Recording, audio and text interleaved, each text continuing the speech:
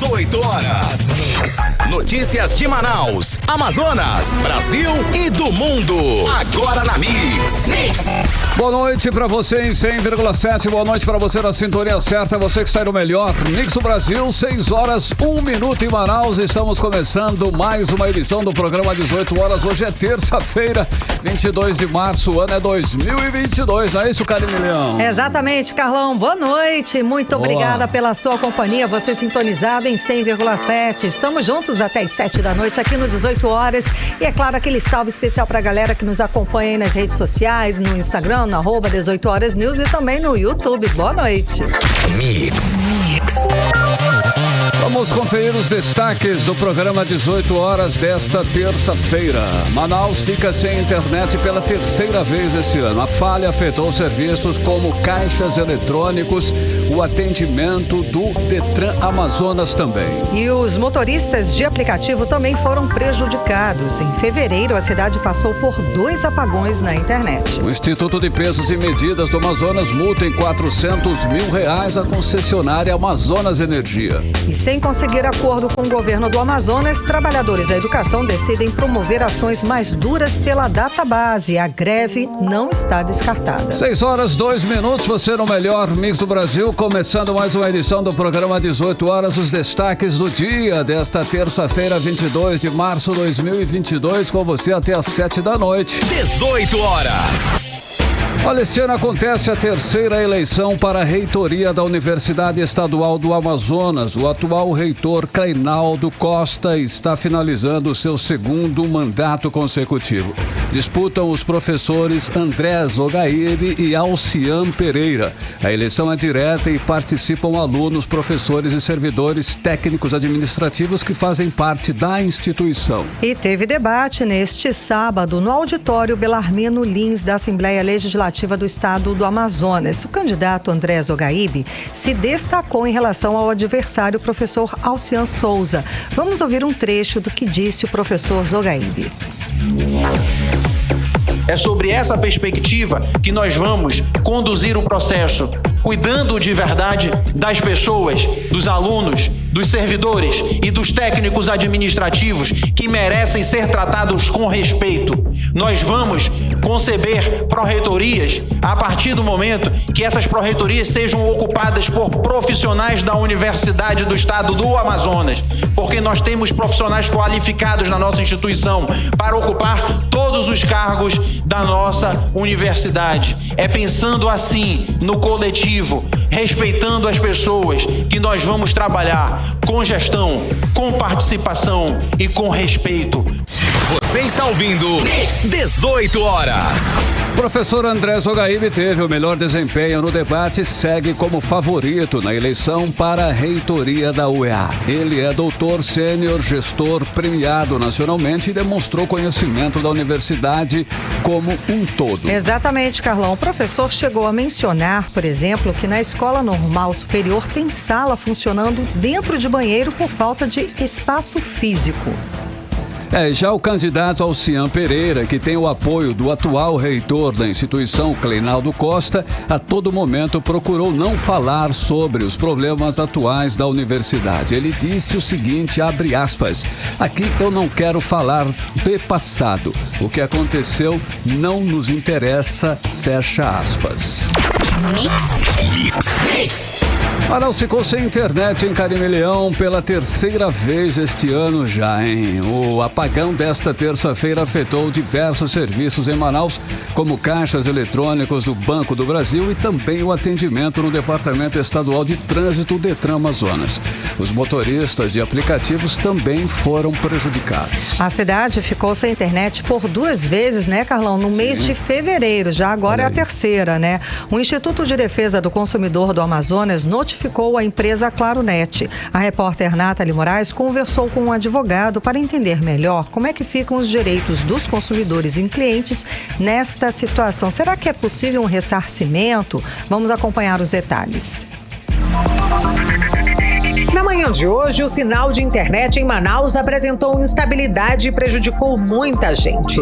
Nas redes sociais, a busca por informações e os relatos de problemas começaram a aparecer por volta das 10h30 da manhã. Essa é a terceira vez este ano que a rede apresentou instabilidade, deixando os usuários prejudicados. Sistemas de empresas, clínicas médicas, postos de combustível, caixas eletrônicos e até mesmo o Detran Amazonas tiveram seu funcionamento prejudicado. Os usuários de telefonia móvel também reclamaram que o sinal falhou. As redes 4G das companhias fornecedoras de sinal NET e Claro também tiveram seus sinais com muitas falhas e interrupções nesta terça-feira. Por meio de nota, a Claro NET informou que houve um rompimento de cabos na infraestrutura de longa distância compartilhada entre as operadoras que atendem a região de Manaus, mas não deu um prazo para a normalização total dos seus serviços.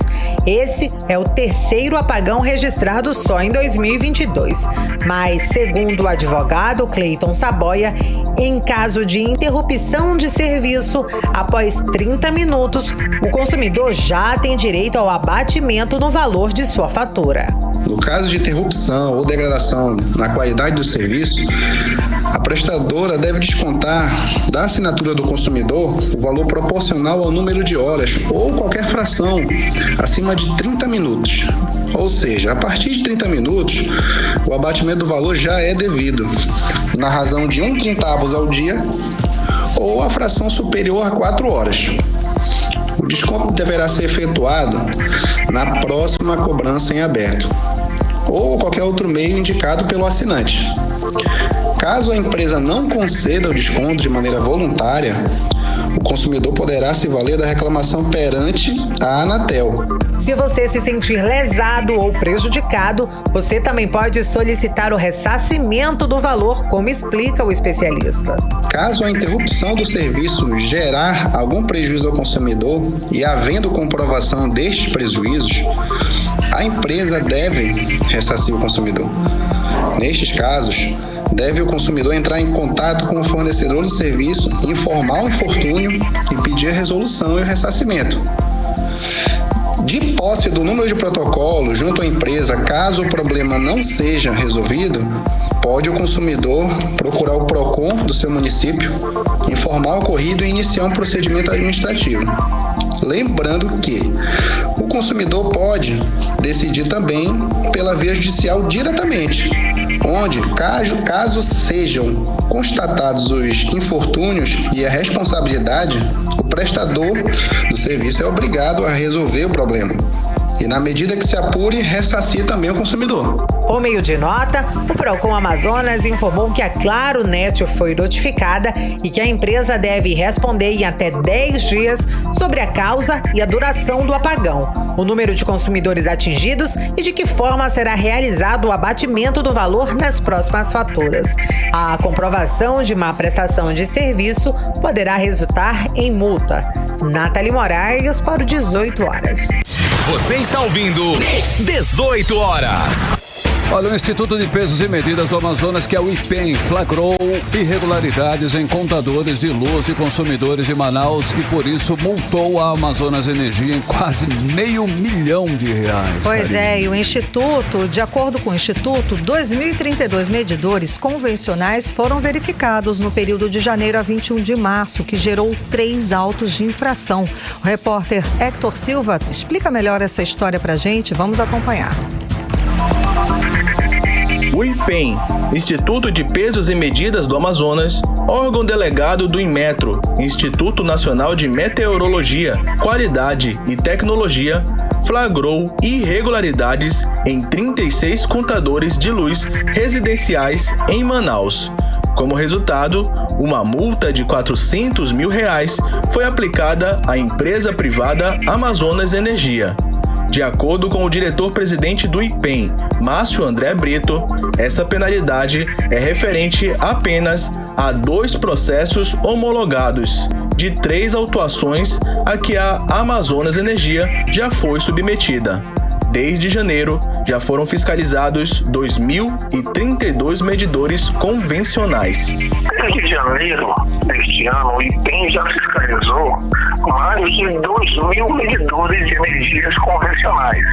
Esses medidores convencionais, eles existem em mais de 950 mil residências. Então, é a grande maioria. E o IPEM intensificou esse trabalho e identificou 36 aparelhos reprovados contra o consumidor. Isso significa que lá em fevereiro nós lavramos 2 autos de infração contra a concessionária.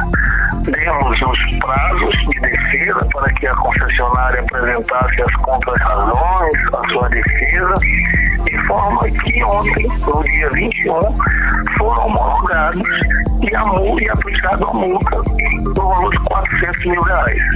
Ou seja, nós indeferimos a defesa no critério técnico, o que resultou nessa aplicação de multa. Segundo Márcio André, diariamente são recebidas cerca de 70 denúncias de consumidores por meio da ouvidoria do IPEM e pela CPI da Amazonas Energia na Assembleia Legislativa.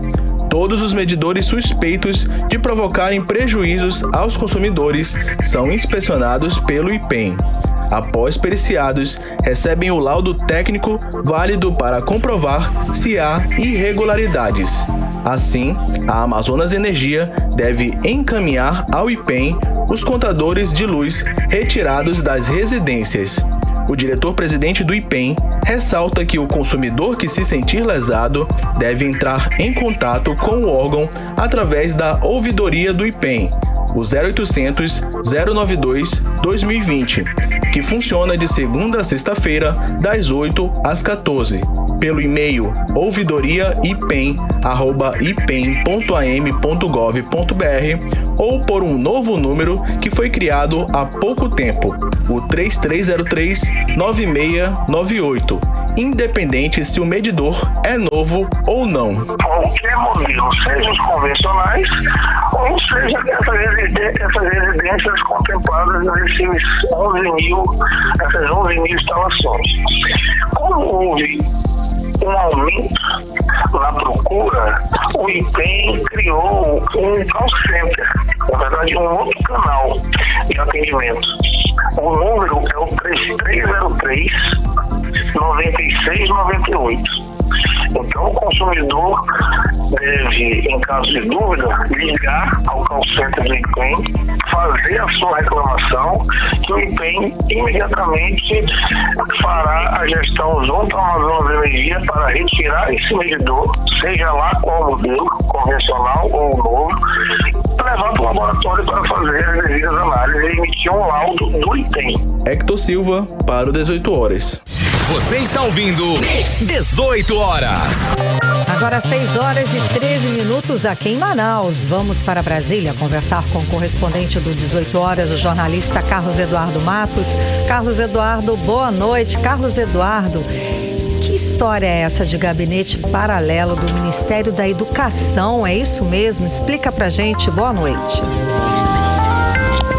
Boa noite, Karime. Boa noite, Carlão. Boa noite a todos.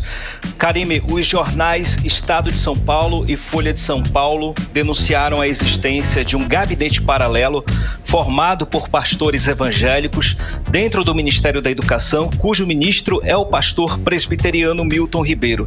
De acordo com as duas reportagens, os dois pastores evangélicos, os senhores Gilmar Santos, que é da Igreja Assembleia de Deus, e Arilton Moura, controlam a agenda do ministro da Educação, intermediando encontros com prefeitos indicados pelo presidente Jair Bolsonaro.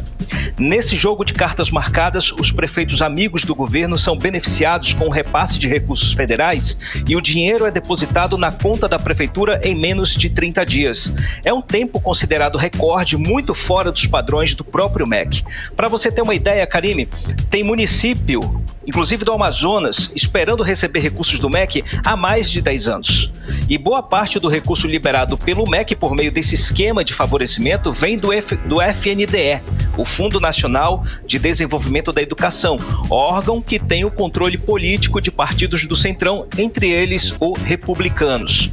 A gente separou um áudio que foi divulgado pela reportagem do Estadão e da Folha de uma reunião entre os pastores Gilmar Santos e Arilton Moura com um prefeito apoiador do presidente Bolsonaro dentro do gabinete do ministro Milton Ribeiro. Vamos ouvir. A minha prioridade é atender primeiro aos municípios que mais precisam. E segundo, atender a todos os que são amigos do pastor Gilmar. Não tem nada com a Arilton e tudo com o Gilmar. Está entendendo, Gilmar? Sim, senhor. Ele também escuta. Ele escuta. Então, o Gilmar. Obrigado. Que foi um pedido especial que o presidente da República fez para mim sobre a questão do Gilmar, apoio. Então, o apoio que a gente pede não é segredo, isso pode ser publicado. É apoio sobre a construção das igrejas. Você está ouvindo 18 horas. A gente acompanhou parte, de um trecho de um áudio de uma reunião entre pastores evangélicos no gabinete do ministro da Educação, Milton Ribeiro. Carlos Eduardo. Caribe, esse caso caiu como uma bomba aqui em Brasília e está repercutindo nesse momento no Congresso Nacional. O escândalo do gabinete paralelo no MEC pode render a demissão do ministro Milton Ribeiro, viu? A gente ouviu o deputado José Ricardo, do PT do Amazonas, partido que entrou com uma representação no Ministério Público Federal exigindo a investigação desse caso. Vamos ouvir o que disse o deputado José Ricardo. Eu entendo que tem que ser apurado essas denúncias onde o ministro da Educação está favorecendo pastores em relação à liberação de emendas em detrimento a um procedimento que deveria ser uma regra clara, transparente, que é o caso das indicações de emendas que todos os parlamentares têm direito. Eu acho que nós temos que cada vez mais dar detalhamento de todas essas emendas, porque hoje o governo até instituiu emendas secretas, é o chamado orçamento secreto. E nada pode ser secreto. A Constituição fala que tem que haver prestação de contas. Você está ouvindo 18 horas. Tá aí o posicionamento do deputado federal José Ricardo, do PT do Amazonas, a respeito desse gabinete paralelo do Ministério da Educação. Carlos Eduardo. Karime, é mais um escândalo que pode repercutir na campanha de reeleição do presidente Jair Bolsonaro, até porque o áudio que exibimos há pouco indica que o recurso repassado pelo governo vai para as igrejas e não para as prefeituras. E outra, o MEC decidiu privilegiar as cidades que são geridas por apoiadores do Centrão em detrimento das cidades que mais precisam. Karime, o ministro Milton Ribeiro emitiu uma nota hoje à tarde dizendo que a alocação de recursos federais ocorre seguindo a legislação orçamentária e que ele não tem poderes para destinar recursos favorecendo qualquer município. Ele disse ainda que, apesar de sua formação religiosa, ele tem compromisso com o Estado laico e nega a destinação de recursos para as igrejas. Ele só não explicou o que os dois pastores andam fazendo em nome dele. Com certeza é um caso que vai repercutir bastante essa semana. Karime e Carlão. Ei, Carlos Eduardo, voltamos aí a falar agora sobre a polêmica aí do preço dos combustíveis, ok? Os governadores decidiram manter o congelamento do ICMS, a alíquota única para diesel e a alíquota única, no caso, para diesel. Será que isso segura aí os preços? Carlos Eduardo, resolve alguma coisa aí, pelo menos um pouco? Isso mesmo, Carlão. Hoje, os governadores dos estados, incluindo o Amazonas, em comum acordo, decidiram que vão prorrogar por mais 90 dias o congelamento da base de cálculo do ICMS para a gasolina, para o etanol e para o gás GLP, o gás de cozinha. Ou seja, eles vão manter o que já vem sendo feito desde outubro do ano passado. Eles decidiram também que vão adotar uma alíquota única do ICMS para o diesel, cumprindo o que está determinado na lei sancionada este mês pelo presidente da República, que modifica as regras do ICMS para os combustíveis. Com essa decisão, os governadores esperam reduzir as perdas de ICMS de 30 bilhões para 14 bilhões de reais. Agora, com relação a essa lei que foi sancionada pelo presidente da República, o Fórum de Governadores decidiu também que vai entrar com uma ação no STF contra essa lei, porque, segundo os governadores, ela congela até o fim deste ano a cobrança do ICMS sobre o diesel, com base na média dos preços dos últimos 5 anos. De forma que, da forma como está, Carlão, a lei acaba prejudicando 9 estados mais o Distrito Federal, que são entes federativos que aplicam taxas menores em relação a outras regiões. Agora, respondendo a sua pergunta, Carlão, nenhuma medida ainda está sendo efetivada para reduzir o preço dos combustíveis. Aqui em Brasília, eu acho que reduziu em torno de 15 centavos. A gasolina estava sendo negociada a 7,56, 7,60, caiu um pouco para 7,45, tem posto agora há pouco que eu vi para 7,35. Eu não sei se trata dessa mudança, né, dessa redução dos impostos aí que foi determinada nessa lei aí, a questão da mudança do ICMS. Mas houve uma redução bem pequena, eu não sei como é que está o estado do Amazonas aí. Tá igual, não mudou nada não. Mudou, Karime? Você viu alguma mudança? Espera aí um pouquinho, Karime. Ok, agora. Não percebemos nenhuma mudança ainda não, Cadu. Você foi privilegiado, digamos assim. Privilegiado em centavos, né? Pois é. Já é alguma coisa, né, Cadu? Isso. Volto com vocês, gente. Então, Cadu, para finalizar, o presidente Bolsonaro ele está sendo realmente pressionado pelos servidores públicos por reajuste? Isso, exatamente, Karime. Os sindicatos e as associações de servidores públicos federais aumentaram a pressão em cima do presidente Jair Bolsonaro para que ele defina de uma vez se vai ou não conceder reajuste salarial. Ele tem até o dia 1º de abril para definir essa questão, que é o prazo legal permitido na lei. Caso contrário, ele pode ser responsabilizado por crime eleitoral. A lei prevê que não pode conceder, a administração pública não pode conceder benefícios, reajustes, nenhum tipo de benefício, repasses de recursos extraordinários, porque pode ser considerado crime eleitoral a partir do dia 1º de abril. Agora, boa parte dessa pressão vem dos auditores fiscais da Receita Federal que estão lutando por um bônus de produtividade. Eles já não querem mais o reajuste salarial, porque já conversaram com o presidente, já conversaram com o ministro Paulo Guedes sobre essa questão e ambos disseram que não há chance, não há orçamento para isso. Então a categoria resolveu se concentrar nessa questão desse bônus de produtividade, que é uma luta deles desde 2017. Mas a categoria segue sem resposta por parte do presidente ou por parte do ministro Paulo Guedes. Já os servidores do Banco Central também estão pressionando. Ontem, os servidores fizeram um movimento, um piquete em frente ao Banco Central aqui em Brasília e disseram que se não houver nenhuma resposta concreta até o fim desse mês, que é o prazo legal, eles vão entrar em greve geral. Isso pode prejudicar o andamento do sistema monetário em nosso país. Ou seja, é um problema grave que pode paralisar o sistema. Exatamente. Os servidores de carreiras típicas de Estado, no caso defensores, delegados, promotores, procuradores, esses grupos estão também mobilizados pedindo reajuste salarial, mas eles também não tiveram respostas positivas do governo. Aliás, o governo não respondeu a ninguém. Por essa razão, eles estão fazendo mobilizações nas redes sociais, buscando apoiamento, buscando unir todas as categorias para que haja uma paralisação geral em todo o país dessas categorias. Por enquanto, quem se deu bem, quem está com esse reajuste garantido, são os policiais federais, os policiais rodoviários federais, os agentes penais, que são os policiais penais agora, né? Todos eles estão dentro daquele bolo de 1 bilhão e 700 milhões de reais que foram aprovados no orçamento e sancionados pelo presidente, com destino a essas 3 categorias para o reajuste salarial e a estruturação das carreiras desses grupos de segurança pública, que são os grupos apoiadores do presidente Jair Bolsonaro. Então a situação a gente vai ficar de olho. A partir do mês que vem pode haver mudanças e pode sim haver paralisação de servidores públicos em todo o país. Caramba. Volto com você, Karime e Carlão. Muitíssimo obrigada pelas informações, Cadu. Boa noite, bom trabalho. Valeu, gente. Um abraço. Tchau, Valeu. tchau. 6h24, você era o melhor Mix do Brasil. 18 horas.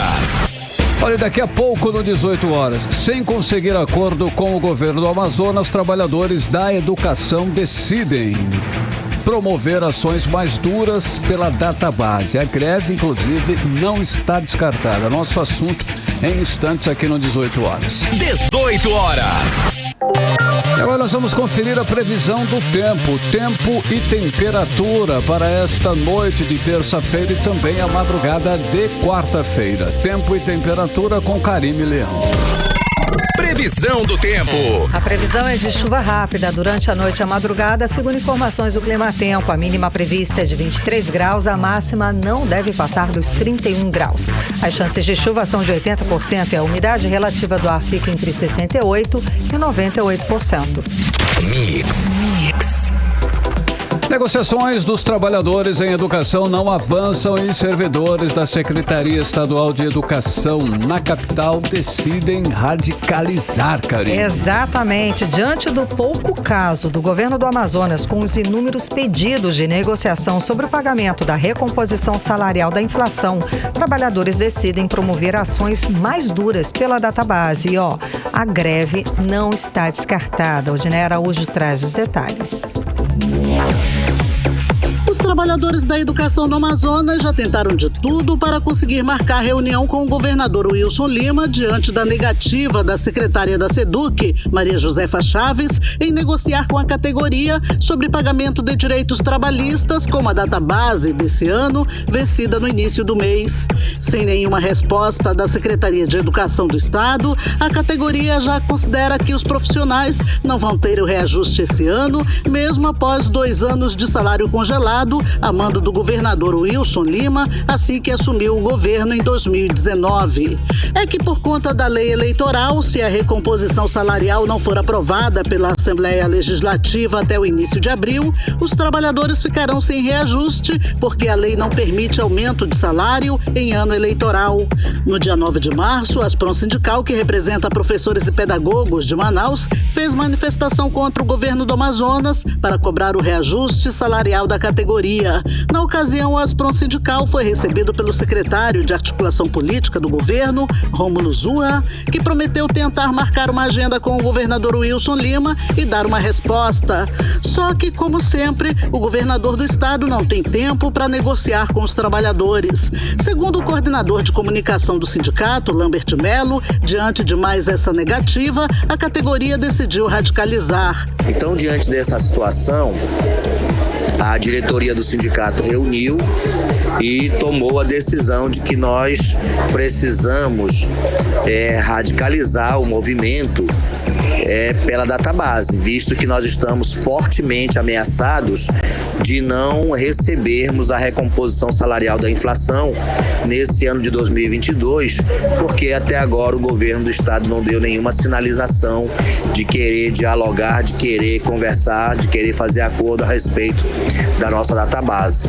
Então isso realmente é profundamente triste, profundamente lamentável e é um descaso muito grande, é um desrespeito muito grande do governador para com os professores e os pedagogos.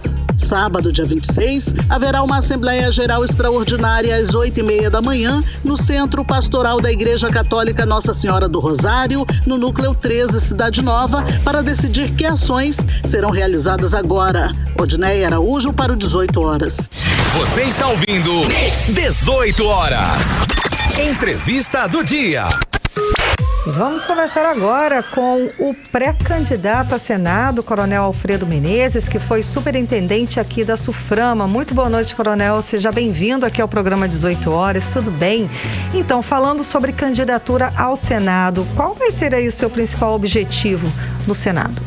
Boa noite, Karime. Boa noite, Carlão. Boa noite a todos os ouvintes da Rádio Mix 18 horas. O nosso principal objetivo no Senado é, primeiramente, representar, hoje na condição de pré-candidato, os interesses do povo amazonense, Karime, trabalhando sempre ao lado do presidente, Então, nós temos algumas bandeiras, as bandeiras que nós temos principais são aquelas que nós já defendíamos desde quando éramos superintendente da SUFRAMA. quais sejam, principalmente aquelas que visam a construir matrizes econômicas que sejam complementares ao único modelo que nós temos. Então, incentivando o turismo, bioeconomia, setor primário, pescado e etc. Por aí que nós estamos caminhando, no sentido sempre de dar ao interior a mesma importância que tem a capital. Ok, Coronel, olha só, nessa corrida eleitoral são firmadas diversas alianças. É verdade, tá um assunto de que o seu partido, o PL, ele só vai apoiar a candidatura para o governo se vocês indicarem o vice. Isso procede no processo ou não? Procede, Carlão, mas não assim dessa maneira. Tem que, primeiramente, o seguinte, houve acordo já desde o início, né, por exemplo, com o PL, envolvendo prefeitura e governo do estado, de que o candidato a vice da chapa do governo estadual seria do PL. Isso daí é um acordo que já tem lá do início, e acordo é acordo. Agora, com esse novo momento, porque você sabe que a cada mês que passa temos uma fotografia nova do quadro político do estado. Então agora, por exemplo, depois do dia 12 de março, tivemos a nossa filiação como já dentro do Partido Liberal, tivemos uma conversa em Brasília com o presidente da República, a participação do presidente estadual, que é o Alfredo Nascimento, e a minha, e um dos itens que nós discutimos com ele foi exatamente o seguinte: o apoio do PL, e também estava envolvendo nessa conversa, o presidente nacional, Valdemar da Costa Neto.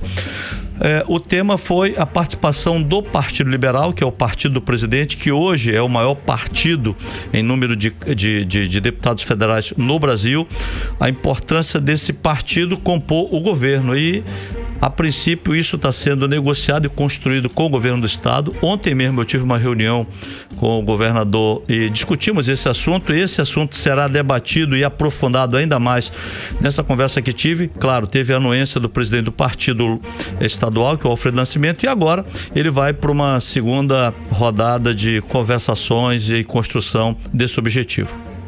Coronel, repercutiu bastante a sua participação lá na Igreja da Restauração, que o senhor recebeu uma videochamada do presidente Bolsonaro, e que ele falou a todos, né, participou também junto com o senhor. Algumas pessoas estão criticando, dizendo que isso aí já é uma campanha eleitoral antecipada. Qual a sua opinião a respeito do assunto? Bem, primeiramente, nós respeitamos a opinião dessas pessoas, né? Vivemos num país democrático, sempre tem gente que concorda ou discorda, mas o que aconteceu, e agradeço a sua pergunta de uma maneira bem objetiva.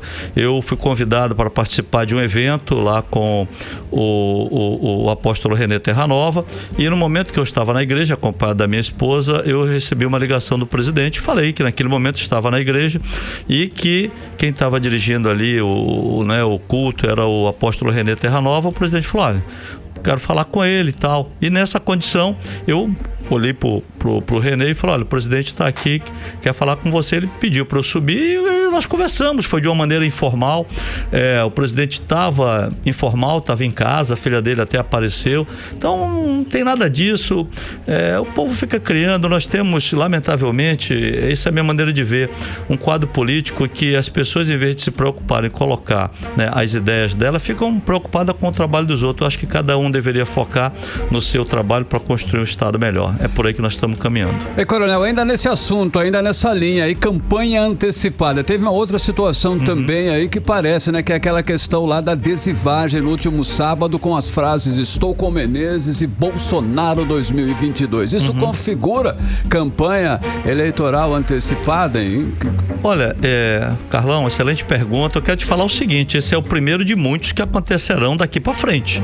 A ideia é de 15 em 15 dias ter um evento como esse. Esses eventos não são do Coronel Menezes, eles são promovidos por diversos movimentos que nos convidaram a participar. Como você muito bem colocou aí, né? Estamos com o Coronel Menezes, com Menezes, né? Isso aí não diz número, não tem número, partido. São pessoas que gentilmente fazem alguma coisa, ou camisas, que isso é natural, amigos do fulano ou do Beltrano, e nesse caso aí houve essa iniciativa por parte dos movimentos de direita e conservadores que apoiam o presidente. Eles nos convidam e nós vamos lá. E esse, repito, vai ser o primeiro de muitos. E aí eu quero dizer para você o seguinte, todos os ouvintes da Mix nesse momento, que essa é a forma que o presidente trabalhou e ele construiu a campanha dele e irá construir agora, movimento voluntário. E isso nós concitamos e convidamos aquelas pessoas também de outros segmentos, né? Seja de esquerda, de direita, de centro, a participar, porque tem gente que só recebe as pessoas em casa, né? Para fazer negociata. E nós estamos na rua. É como qualquer pessoa tem que fazer. Você vai para a rua, passeia, toma café, cumprimentado pelas pessoas e assim vai. E repito, esse será, pelo que eu vi lá dos movimentos de direito conservadores, o primeiro de muitos até a eleição. Ok, muitíssimo obrigada pelas suas informações, esclarecendo pontos, isso é muito importante. Muito obrigada pela sua participação hoje aqui conversando com a gente, Coronel. Abraço, Karime, obrigado a você, ao Carlão, a toda a liderança da Rádio Mix, sempre à disposição de vocês, que Deus abençoe a todos. Vou a Israel amanhã, né? Realmente vou lá com a participação de algumas pessoas que nos convidaram a um evento gospel, retornarei depois do dia 1º e vou buscar realmente a inspiração divina, porque o trabalho será árduo nesse ano de 22. Que Deus abençoe vocês aqui também e a todos os ouvintes da Mix e a toda a população do nosso estado. Muitíssimo obrigada, amém. Muito obrigada. Boa viagem, sucesso. Boa viagem. Não é? Conversamos com o Coronel Menezes, pré-candidato ao Senado. Agora 6h36, você é o melhor Mix do Brasil. 18 horas. Olha só, o Tribunal de Justiça do Amazonas faz mutirão para acelerar processos no Juizado Especial Cível, em que consumidores do Amazonas se sentiram lesados, Karine. E a previsão é que em um mês o projeto deve englobar cerca de 400 processos. O repórter Hector Silva conversou com o juiz titular da Vara de Execuções de Medidas Socioeducativas e traz os detalhes pra gente. Os consumidores que possuem processos no Juizado Especial Cível podem ter as suas demandas adiantadas. É que o TJM, o Tribunal de Justiça do Amazonas, está reativando o projeto Mutirão dos Grandes Litigantes. O projeto julga ações movidas pelos consumidores que têm no polo passivo empresas como Amazonas Energia, Manaus Ambiental, bancos, empresas aéreas e de telefonia celular. O trabalho é coordenado pelo juiz Luiz Cláudio Cabral Chaves, titular da Vara de Execução de Medidas Socioeducativas, que responde cumulativamente pelo 3º Juizado Especial Cível. Juizado este que receberá a primeira ação do projeto já no dia 19 de abril. O objetivo do mutirão é facilitar o acesso do povo à justiça, diminuir o tempo de duração dos processos e garantir efetividade ao acesso à justiça, aos princípios aí da dignidade humana, da celeridade processual, enfim, fazer cumprir a Constituição Federal e a Lei dos Juizados Especiais Cíveis e Criminais, a Lei 9.099. Segundo o juiz, no início, o projeto deverá abranger cerca de 400 processos por mês, a depender da vazão da vara, e poderá se estender a outros juizados especiais cíveis. As próximas datas ainda serão definidas em parceria com instituições que contribuem com o mutirão. Hector Silva, para o 18 horas. Você está ouvindo 18 horas. Vamos agora falar sobre os bastidores da política local com a repórter Artemisa Gadelha. Muito boa noite, Artemisa, seja bem-vinda. Então, lembra que você disse que com a saída do ex-secretário da CEMED, o Paulderney Avelino, sem deixar um sucessor, isso indicaria que a aliança com o governo Wilson Lima e com o prefeito Davi Almeida não estaria firmada, assim, consolidada, né? Só que hoje o Paulderney, em entrevista, disse que a aliança está praticamente fechada entre os dois. É aquela história, tudo muda todos os dias na política, não é não? Explica pra gente. Boa noite. Boa noite, Karime. Boa noite, Carlão. Boa noite a todos que nos acompanham no programa 18 horas. Karime, eu conversei diretamente com o prefeito de Manaus, Davi Almeida, essa tarde. Ele não confirma a aliança com o governador Wilson Lima e nem com nenhum outro candidato. O prefeito afirmou com todas as letras que só vai definir o apoio dele em junho. Então tem 3 meses aí pela frente e muita água pode rolar nesse período. Bom, ele já confirmou em outras ocasiões que seu apoio vai depender, no mínimo, da indicação dele para o vice. Ou seja, pode ter mais tratativas, mais acordos do que apenas a indicação de um vice. Sabah Reis, titular da CEMUSP, e Shadia Frache, da Sensa, foram colocados como nomes fortes aí nessa indicação. Mas, pelo visto, eles estão perdendo força. Muitos dizem que não estão sendo nem mesmo mais cogitados. Crescem, então, as apostas no chefe da Casa Civil da Prefeitura, Tadeu de Souza, além também do vice-prefeito Marcos Roca. Mas ontem mesmo, não sei se vocês lembram, eu comentei que pessoas próximas ao prefeito falam que ele ainda pode indicar alguém de extrema confiança dele e que esse nome está sendo mantido em total segredo. Davi está tomando todas as rédeas, nada tem passado despercebido por ele. Já falamos aqui, inclusive, o quanto ele vem sendo cauteloso. A gestão dele tem sido bem aceita pela população de Manaus. Qualquer aliança que possa, nesse meio tempo, interferir na imagem dele, pode colocar, inclusive, em risco não só a atual administração municipal, como também o grande sonho do prefeito, né? As próximas eleições para o governo do estado do Amazonas. Nos bastidores, se comenta ainda que ele pode perder popularidade se aliando ao governador Wilson Lima. O Wilson tem os piores índices de rejeição da história, por causa justamente dos escândalos de corrupção e por ser réu no STJ, Superior Tribunal de Justiça, por organização criminosa e compra superfaturada de ventiladores pulmonares numa loja de vinhos. Bem, muita gente não entenderia, né, essa aliança. E sobre a afirmação de Paulderney quanto a esse acordo, enfim, essa aliança entre o governador e o prefeito, eu entrei em contato com a assessoria do ex-secretário da CEMED, Paulderney Avelino, mas até o fechamento dessa edição, eu não tive resposta. Resumo da ópera, Karime, Carlão e ouvintes. Paulderney diz que sim, que existe essa aliança, mas Davi nega. Vamos acompanhar, então, os próximos capítulos. Karime e Carlão. Temos um outro assunto. Olha só, explica para nós aí esse desacordo entre o deputado federal José Ricardo e o presidente estadual do Partido dos Trabalhadores, PT, deputado Sinésio Campos. Lembrando que os dois são do mesmo partido, do PT. Tá tendo um desacordo entre eles, Artemisa? Exatamente, Carlão. Isso é normal, principalmente quando se trata de política. Tudo começou com as acusações do deputado federal José Ricardo contra o senador Omar Aziz. Comentamos esse assunto, inclusive, na semana passada. O resumo é o seguinte: ele não vê a ligação de Omar, o deputado José Ricardo, não vê a ligação de Omar com o PT com bons olhos, já que o senador é envolvido em escândalos na saúde do Amazonas e ainda é investigado pela Operação Maus Caminhos. Essas declarações não foram bem vistas pela direção do Partido dos Trabalhadores. O presidente estadual, o deputado Sinésio Campos, afirmou que o PT vai apoiar, sim, a candidatura à reeleição do senador Omar Aziz nas eleições 2022. Segundo ele, é uma decisão partidária, vem do alto. Vamos ouvir, então, a entrevista com o deputado Sinésio Campos.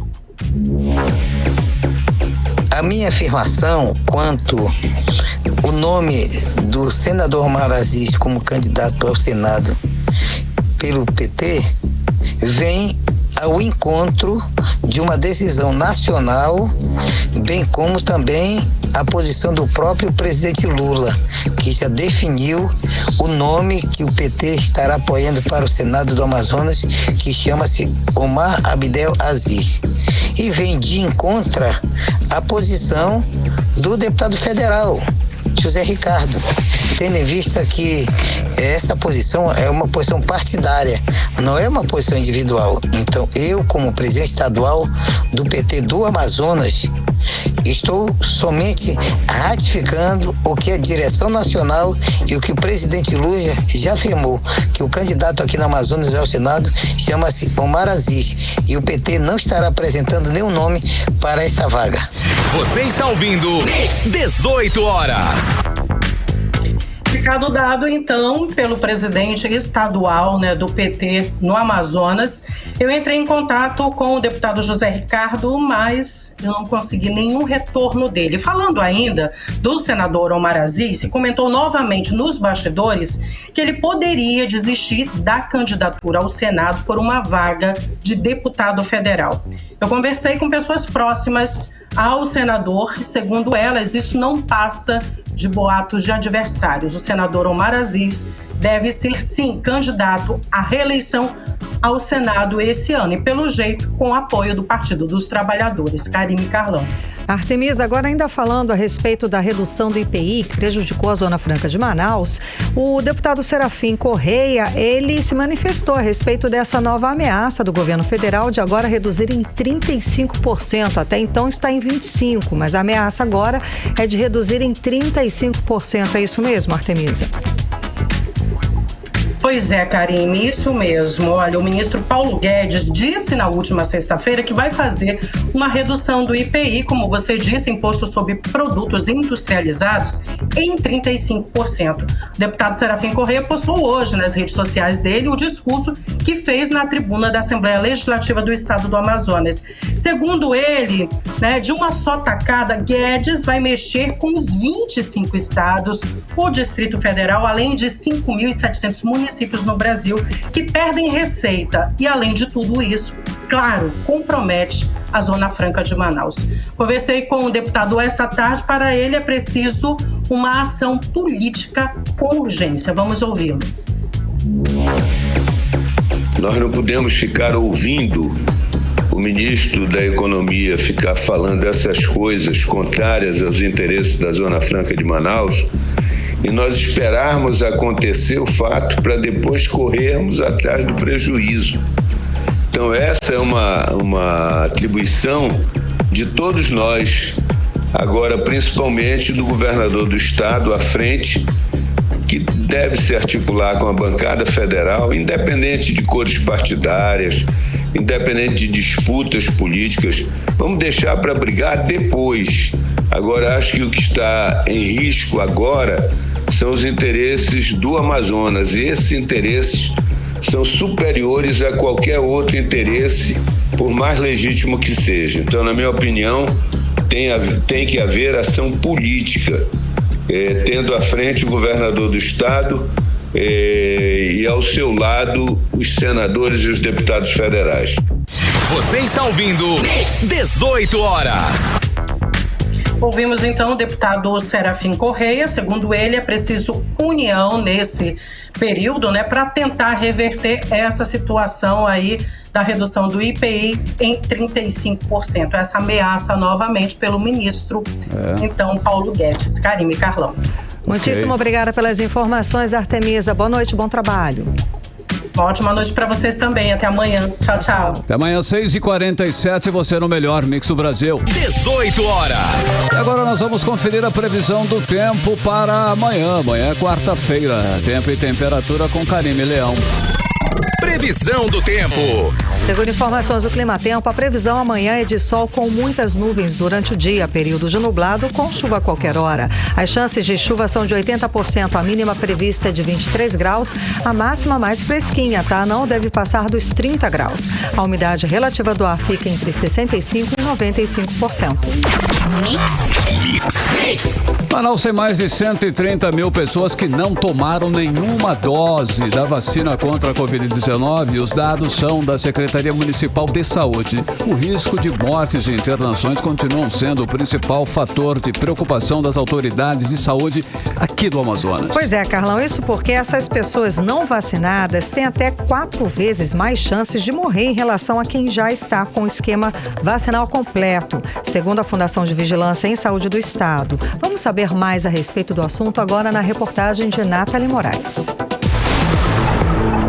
Embora a vacinação já tenha uma cobertura considerável de pessoas imunizadas com as 2 doses contra a Covid-19, o O risco de mortes e internações continua a ser o principal fator de preocupação de autoridades de saúde do Amazonas. No entanto, há um número significativo de quem ainda não tomou sequer a primeira dose. As 130 mil pessoas nessa situação possuem 4 vezes mais chances de morrer em relação a quem está com o esquema vacinal completo, segundo a Fundação de Vigilância em Saúde aqui do estado.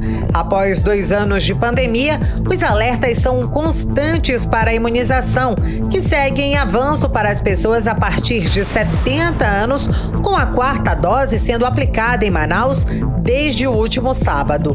Dos 241 óbitos ocorridos entre 1º de janeiro e 8 de março de 2022, de pessoas que estavam aptas a receber a vacina, 62 tomaram uma ou nenhuma dose contra a Covid-19. Os não imunizados também apresentam um risco de 18,6 vezes maior de hospitalização do que aqueles em situação vacinal completa. A conclusão consta no último boletim epidemiológico divulgado a cada 2 semanas pela Fundação de Vigilância em Saúde do Estado. O infectologista Nelson Barbosa destaca que o número acende um alerta para as possíveis novas variantes, afastando a possibilidade do fim da crise sanitária. Nem pensar em final de pandemia. Nós estamos com mais de 130 mil pessoas sem se vacinar no Amazonas. Isso é um canteiro para o aparecimento de novas variantes. Por isso, nós temos que estimular a vacinação. O boletim epidemiológico da FVS é bem claro. Mesmo com o Amazonas estando num cenário de baixo risco de transmissão do coronavírus, é fundamental a continuidade das medidas de prevenção não farmacológicas, como o uso de máscaras. No entanto, o governo do Amazonas e a Prefeitura de Manaus publicaram um decreto desobrigando o uso obrigatório do acessório. Na avaliação do infectologista, esta medida é irresponsável e ignora o cenário internacional, que seguiu pelo mesmo caminho e teve uma alta de novos casos de Covid-19. Isso vai fazer com que em 6 meses, 9 meses, nós iremos presenciar um repique no número de casos novos de Covid, que é o que está ocorrendo na Europa e na Ásia. Teve países que tinham uma cobertura vacinal acima de 70%, outros acima de 80%, outros acima de 90%, e eles liberaram o uso de máscaras e a aglomeração. E olha o que está ocorrendo. Por isso que é um otimismo imprudente. A faixa etária de 60 anos ou mais foi a que apresentou o maior número de óbitos, com 204 mortes entre os dias 1º de janeiro e 8 de março deste ano. Nathalie Moraes para o 18 horas. Você está ouvindo 18 horas. Bom, e por causa da instabilidade da internet de hoje, que aconteceu hoje, terça-feira, não foi possível atualizar, né, o estado do Amazonas e emitir o boletim diário Covid-19 com os números de todo o estado hoje, terça-feira. Bom, mudando de assunto, o ex-governador do Amazonas, Samuel Hanan, lança livro aqui em Manaus que aborda temas como a Constituição, reeleição, inchaço da máquina pública, corrupção, ética, moral e política. A obra é assinada junto com o filho dele, Daniel Falcone Hanan, e o repórter Hector Silva tem mais detalhes. O ex-vice-governador do Amazonas, Samuel Hanan, e o filho, Daniel Falcone Hanan, lançam esta semana em Manaus o livro Brasil, um país à deriva, uma reflexão sobre o Brasil contemporâneo. Com prefácio do jurista Ives Gandra Martins, a obra aborda temas como a Constituição, a reeleição, o inchaço da máquina pública e a corrupção. Segundo Samuel Hanan, um dos autores, os temas abordados são tratados por um ponto de vista econômico e social. O livro, o título é Brasil, um país à deriva.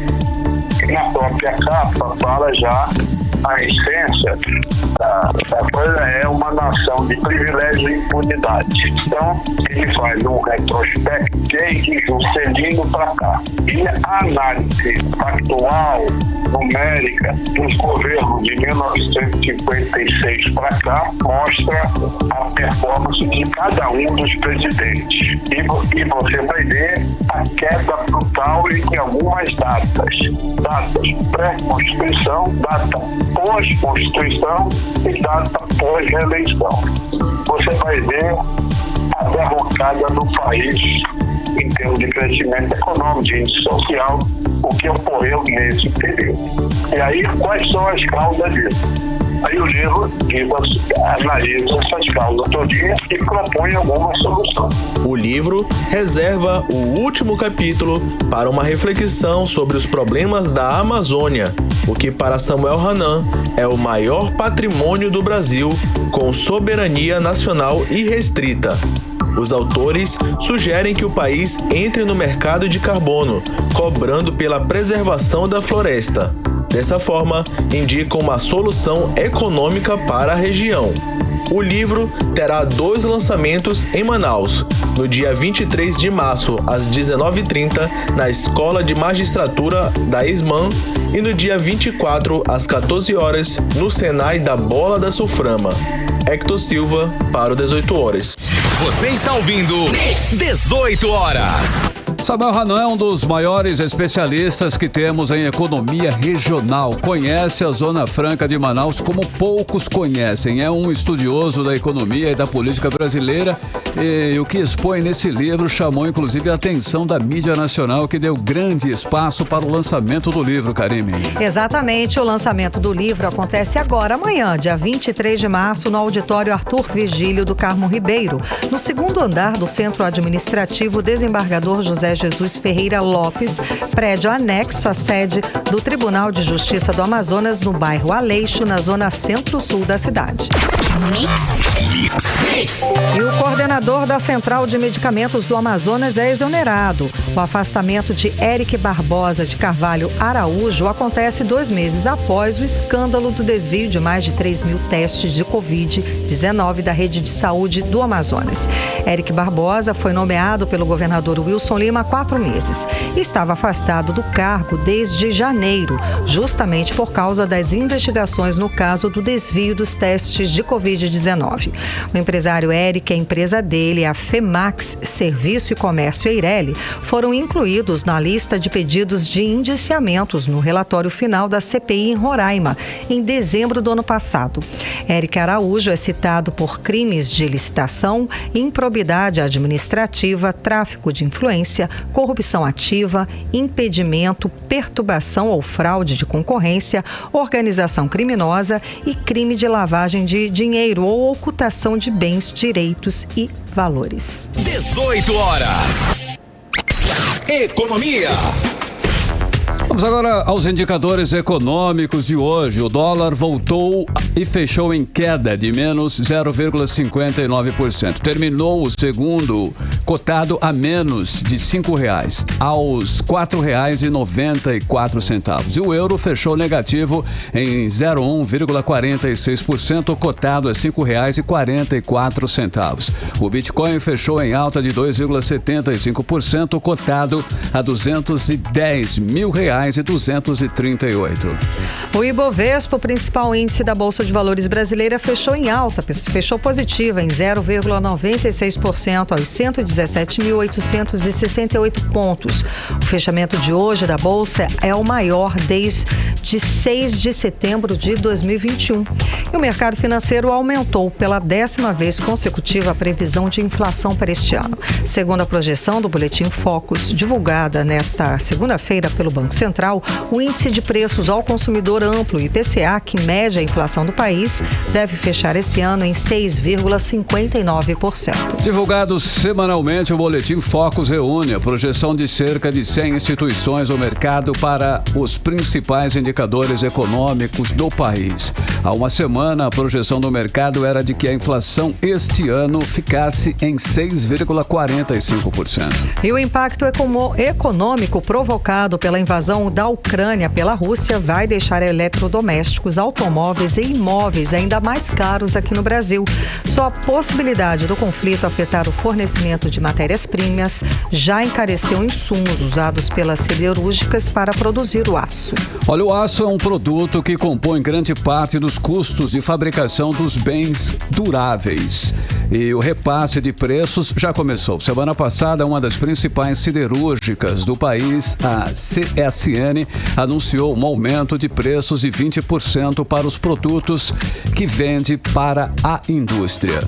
Você está ouvindo 18 horas. Agora às 6 horas e 59 minutos. Seguimos para o Editorial 18 horas. Editorial 18 horas.